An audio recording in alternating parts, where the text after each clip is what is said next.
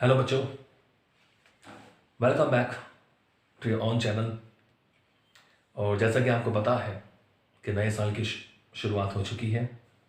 आप सभी को और आप सब परिवार वालों को मेरी तरफ से नए साल की हार्दिक शुभकामनाएं। नए साल आपके लिए शुभ हो और आपकी सभी जो मनोकामनाएं हैं, सभी जो सपने हैं जीवन को लेकर, वो आपके पूरे हों। आप और मेहनत और उन्नति करें अपने जीवन में और सफलता को प्राप्त करें। ओके, तो जो आज का टॉपिक हम लास्ट हमने पढ़ा था, एलसीआर सर्किट हमने पढ़ा था, तो उसी को हम आगे बढ़ाएं। उसी में एक रेजोनेंस हमने पढ़ा था, अनुनाद क्या होता है, तो एक अलग से टॉपिक अपन ले उसी से रिलेटेड। तो आज का टॉपिक हमारा क्या है?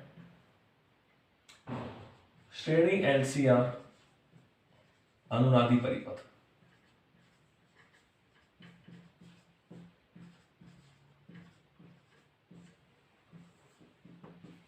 श्रेणी एलसीआर अनुनादी परिपथ, ठीक है। रेजोनेंस सर्किट की बात कर रहे हैं। Series LCR resonant circuit.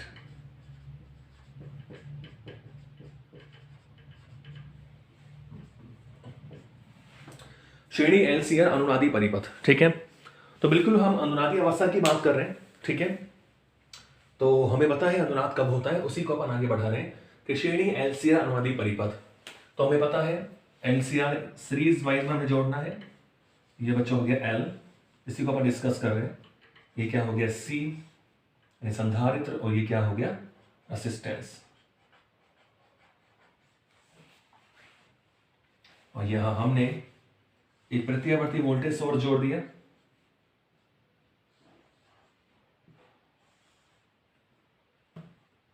Okay, तो ये हमारा जो प्रत्यावर्ती वोल्टेज सोर्स है, जिसको मैंने बोल दिया V is equal to V naught sine omega t. Clear है? ये हमारे पास L है। L के सिरों पे वोल्टेज आपको पता है Vn इज इक्वल टू कितना होता है, L D upon D T. ठीक है, ये बातें आपको ध्यान रखनी है। L के सिरों पे जो वोल्टेज होता है वो कितना होता है, L D upon D T. ये संधारित्र C है, और C के सिरों पे जो वोल्टेज है Vc इज इक्वल टू क्या होगा, Q अपॉन C। और ये प्रतिरोध बच्चों R है, तो R के सिरों पे जो वोल्टेज होगा वो क्या होगा, VR इज इक्वल टू क्या होगा, IR। VR is equal to क्या होगा भाई, IR। क्लियर है? तो हमारे पास टोटल वोल्टेज है V, और हमने सर एलसीआर परिपथ में जोड़ा है। LC और R को हमने सीरीज वाइज में जोड़ा है। तो L के सिरों पर VL वोल्टेज ड्रॉप हुआ, C के सिरों पर VC वोल्टेज ड्रॉप हुआ, और R के सिरों पर VR विभव पतन हुआ। क्लियर है? तो हमें पता है कि एलसीआर परिपथ में हम जब बात करते हैं एलसीआर परिपथ की, तो एलसीआर परिपथ में जो प्रतिबाधा होती है, एलसीआर परिपथ में जो बच्चों प्रतिबाधा का फॉर्मूला हमने निकाला था, एलसीआर परिपथ में प्रतिबाधा ये क्या होती है बच्चों, Z is equal to under root क्या होगा, R square plus XL minus XC का होल स्क्वायर। ये होगा भाई, Z इज इक्वल टू क्या होगा, under root R square plus XL minus XC का होल स्क्वायर। ठीक है, ये हमारा एलसीआर परिपथ की प्रतिबाधा होती है। तो एलसीआर परिपथ में प्रतिबाधा ये हो गई। अब इसका मतलब क्या हुआ, अब मुझे पता है कि हम जो वोल्टेज दे रहे हैं इस परिपथ की जो स्वाभाविक आवृत्ति है वो ओमेगा होनी चाहिए। क्या होनी चाहिए, ओमेगा होनी चाहिए। स्वाभाविक कोणीय आवृत्ति क्या होनी चाहिए, ओमेगा होनी चाहिए। क्लियर है? तो अब हमें पता है कि केवल जब R होता है तभी धारा की आवृत्ति भी क्या होगी, ओमेगा ही रहेगी। यानी जब परिपथ में केवल R होता है उसी समय वोल्टेज और धारा जो है, इस परिपथ में धारा और जो वोल्टेज है उस दोनों क्या होते हैं, समान कला में होते हैं। तो अनुनादी अवस्था का मतलब क्या होता है, कोई भी परिपथ अनुनादी अवस्था का मतलब क्या है, कि जब परिपथ की स्वाभाविक जो आवृत्ति है वो बाह्य आवृत्ति के बराबर हो जाती है। ठीक है, जब परिपथ, हर परिपथ की स्वयं की फ्रीक्वेंसी होती है, तो जब स्वाभाविक आवृत्ति का मान, नेचुरल फ्रीक्वेंसी का मान बाह्य आवृत्ति के बराबर हो जाता है, उसे बोलते हैं अनुनाद की अवस्था। तो यहां एलसीआर परिपथ की अनुनाद की अवस्था के लिए क्या होता है, देखो अनुनादी अवस्था के लिए, अनुनादी अवस्था के लिए बच्चों XL की जो वैल्यू है वो किसके बराबर हो जानी चाहिए, XC के बराबर हो जानी चाहिए। अनुनादी अवस्था के लिए अनुनाद वाली कौन सी अवस्था है, जब धारतीय प्रतिघात और जो प्रेरणिक प्रतिघात है वो दोनों बराबर हो जाए, यानी एक्सएल बराबर क्या हो जाए, एक्सी हो जाए, इसको बोलते हैं अनुनाद वाली अवस्था। क्योंकि इस अवस्था में जो प्रतिबाधा है वो न्यूनतम हो जाती है। देखेंगे अपन कैसे। तो अभी आप ध्यान रखें कि अनुनाद का मतलब होता है कि जो स्वाभाविक आवृत्ति का जो मान है वो बाह्य आवृत्ति जो स्रोत आपने लगाया है उसकी आवृत्ति के बराबर हो जाए, वो कहलाती है अनुनादी अवस्था। तो अनुनादी अवस्था के लिए एक्सएल बराबर क्या होता है, एक्सी होता है। ठीक है, तो यहां से आप देख रहे हैं कि एक्सएल बराबर एक्सी, यानी एक्सएल माइनस एक्सी बराबर क्या हो गया, 0। Equation number 2। ठीक है, यानी हमें क्या बात मिल गई कि अनुनादी अवस्था में परिणामी प्रतिघात क्या होता है, शून्य होता है।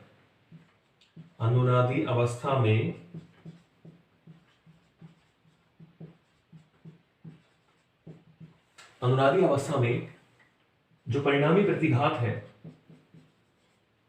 परिणामी प्रतिघात का मान शून्य होता है। अनुनादी अवस्था में परिणामी प्रतिघात का मान क्या होता है भाई, 0 होता है। ठीक है, यानी एक्सएल माइनस एक्सी की वैल्यू क्या होती है, 0। तो इसलिए क्या मिलेगा, देखो इक्वेशन 1 से, समीकरण 1 से क्या मिलेगा आपको कि z is equal to under root R square. तो इसका वैल्यू तो 0 हो गया, तो यहां से आपको जो z की वैल्यू मिलेगी यानी z मिनिमम जो मिलेगा आपको वो क्या मिलेगा, r मिलेगा। Equation number 3। तो इसका मतलब ये हुआ कि अनुनादी अवस्था में जो प्रतिबाधा है वो न्यूनतम हो जाती है और वो परिपथ के प्रतिरोध के बराबर होती है। क्लियर है, अनुनादी अवस्था में जो एलसीआर परिपथ की प्रतिबाधा है उसका मान क्या हो जाता है, न्यूनतम हो जाता है। ठीक है, और वो किसके बराबर होता है, प्रतिरोध के बराबर होता है। क्लियर है, ओके।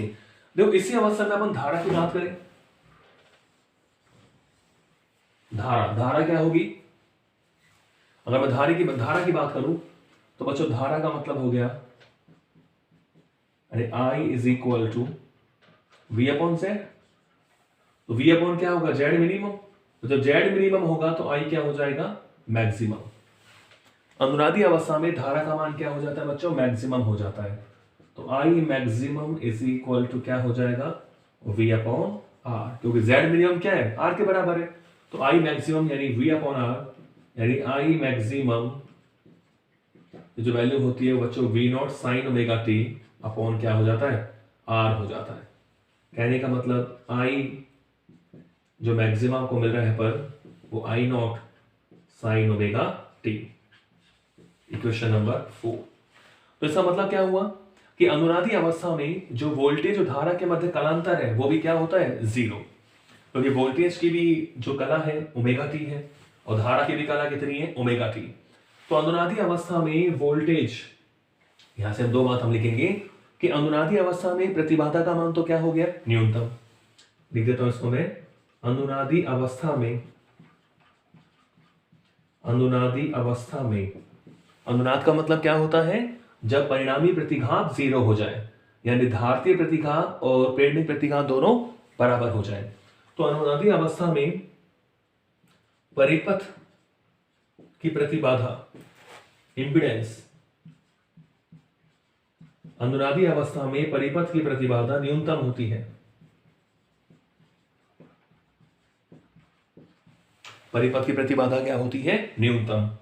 तथा यह है किसके बराबर है, और देखो प्रतिबाधा न्यूनतम है तो ये प्रतिरोध के बराबर हो गई। प्रतिबाधा न्यूनतम होती है तथा यह है प्रतिरोध के बराबर होती है, प्रतिरोध के तुल्य होती है। किसके तुल्य होती है बच्चों, प्रतिरोध के तुल्य होती है। क्लियर है, तो प्रतिबाधा न्यूनतम हो गई और अपन लिख सकते हैं कि धारा क्या होती है, अधिकतम होती है।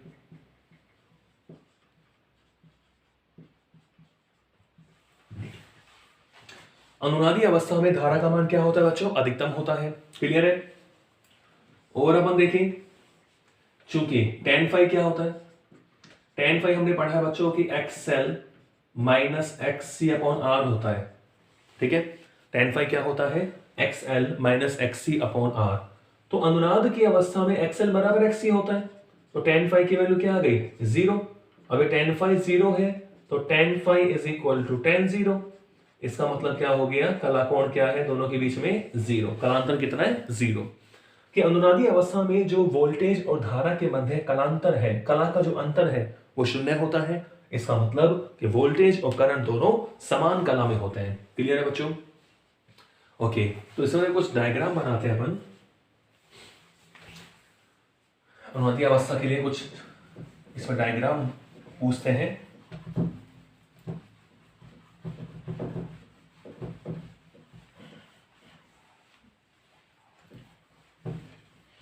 फ्रीक्वेंसी के साथ अपन डायग्राम बनाएं।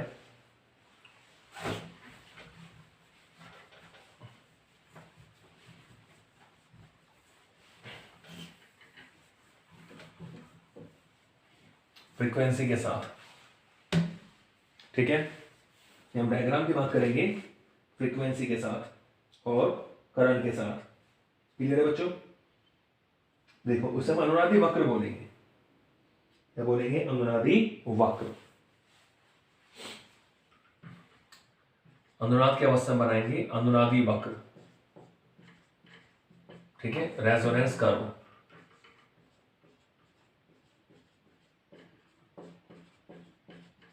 रेजोनेंस कर्व, ठीक है।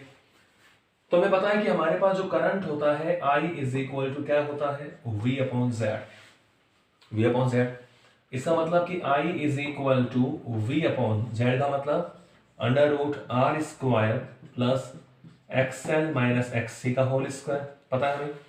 तो यहां से बच्चों I इज इक्वल टू, दोबारा देखो मैं लिख रहा हूं, V upon under root R square plus XL का मतलब होता है ओमेगा एल और एक्ससी का मतलब होता है 1 अपॉन ओमेगा सी। ये हमें पता है, ये वैल्यूज हम जानते हैं कि जो प्रेरणिक प्रतिघात है एक्सएल की वैल्यू क्या होती है, ओमेगा एल होती है, और जो धारतीय प्रतिघात है एक्ससी उसकी वैल्यू क्या होती है, 1 अपॉन ओमेगा सी। और ओमेगा क्या होता है? ओमेगा होता है 2 पाई एफ। ओमेगा क्या होता है? 2 पाई एफ। ये हमें पता है। ओमेगा को कोणीय आवृत्ति बोलते हैं और एफ को आवृत्ति बोलते हैं। तो बच्चों I is equal to V upon under root R square plus, तो ये आगे बच्चों 2 pi F L minus 1 upon 2 pi F C का होल स्क्वायर, ठीक है। ये बात हम कर रहे हैं। तो अगर हम ग्राफ बनाए आई और एफ का, फ्रीक्वेंसी के साथ हम करंट को शो करें, तो आई एफ ग्राफ, तो ये आई एफ ग्राफ क्या मिलेगा आपको? आई एफ ग्राफ की मैं बात कर रहा हूं, धारा का फ्रीक्वेंसी के साथ ग्राफ। तो सपोज करो we have here frequency and here current. तो ये करंट मैंने ले लिया आई, और ये बच्चों क्या है, फ्रीक्वेंसी को शो कर रहा है ये वाली लाइन। क्लियर है? तो आप देखोगे, देखो जैसे से एफ बढ़ेगा, जैसे जैसे फ्रीक्वेंसी बढ़ेगी, फ्रीक्वेंसी बढ़ेगी, तो मुझे बताओ धारा का मान क्या होगा? जैसे जैसे फ्रीक्वेंसी बढ़ती है तो आप देखोगे कि शुरू में अगर स्मॉल एफ बढ़ेगा तो ओमेगा बढ़ेगा, ठीक है। ओमेगा बढ़ेगा तो एक्सएल भी बढ़ेगा, और ओमेगा घटेगा तो सी भी क्या होगा, घटेगा। तो बच्चों ये जो आई की वैल्यू अगर बात करें, आई की जो वैल्यू हमारे पास है उसकी अगर अपन बात करें, तो शुरू में अपन देखेंगे कि धारा का जो मान है वो आवृत्ति बढ़ने से क्या होता है बच्चों, बढ़ता है। देखो इस तरह हमें अनुनादी वक्र प्राप्त होता है, इस तरह।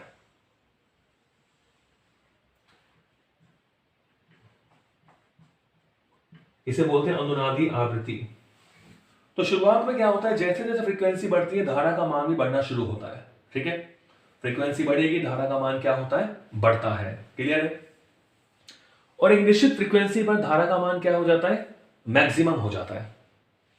जैसे जैसे फ्रीक्वेंसी बढ़ाओगे आप, जैसे जैसे वोल्टेज दोगे तो करंट बढ़ेगा, तो बढ़ते बढ़ते बढ़ते क्या हो गया, करंट मैक्सिमम हो गया। और ये जो मैक्सिमम वाली अवस्था है इसे बोलते हैं अनुनाद की अवस्था। तो यहां आई क्या होता है बच्चों, मैक्सिमम होता है। उसके बाद अगर फ्रीक्वेंसी बढ़ती है, उसके बाद अगर फ्रीक्वेंसी बढ़ाओगे तो धारा का मान क्या होता है बच्चों, कम होता है। धारा की वैल्यू क्या होती है, कम। तो मैक्सिमम जो फ्रीक्वेंसी, हमें जो मैक्सिमम करंट मिल रहा है उसे हम लिख सकते हैं V maximum upon R, V maximum upon capital R, ठीक है। तो ये हमारा I मैक्सिमम है, अगर अपन प्रतिबाधा की बात करें और अपन प्रतिबाधा को शो करें, ZF ग्राफ हम बनाएं तो किस तरह बनेगा? तो ये बच्चों Z है, ठीक है।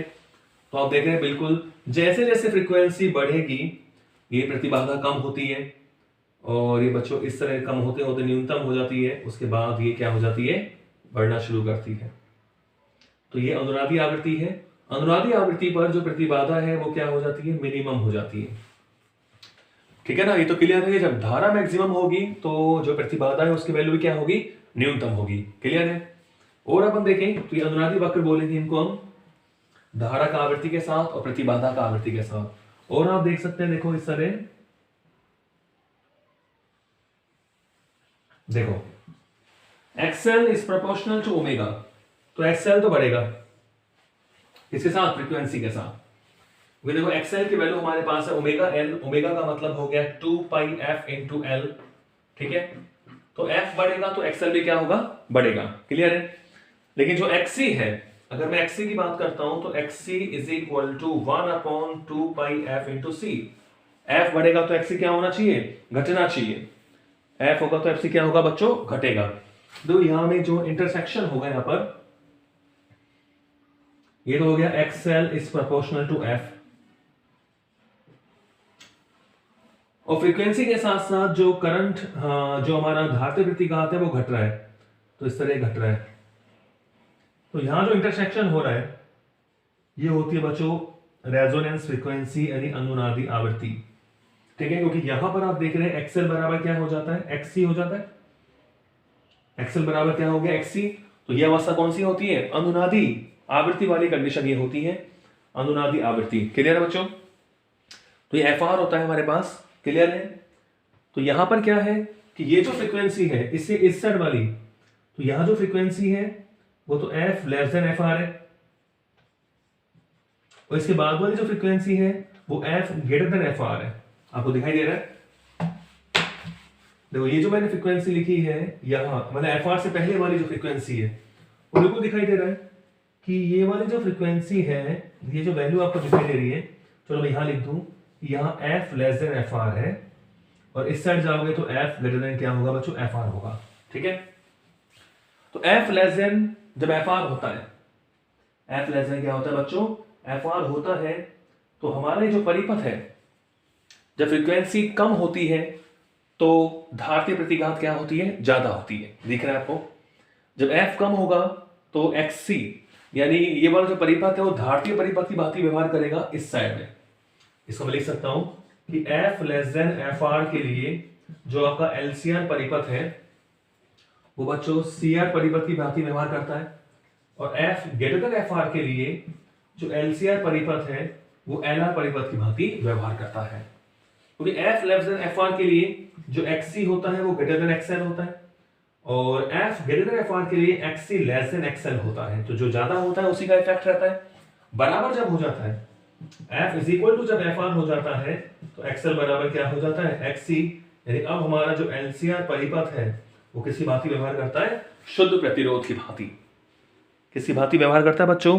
शुद्ध प्रतिरोध की भांति। क्लियर है। तो यह हो गया हमारा आज का टॉपिक LCR श्रेणी अनुनादी परिपथ। नेक्स्ट अगले वीडियो में। Thank you.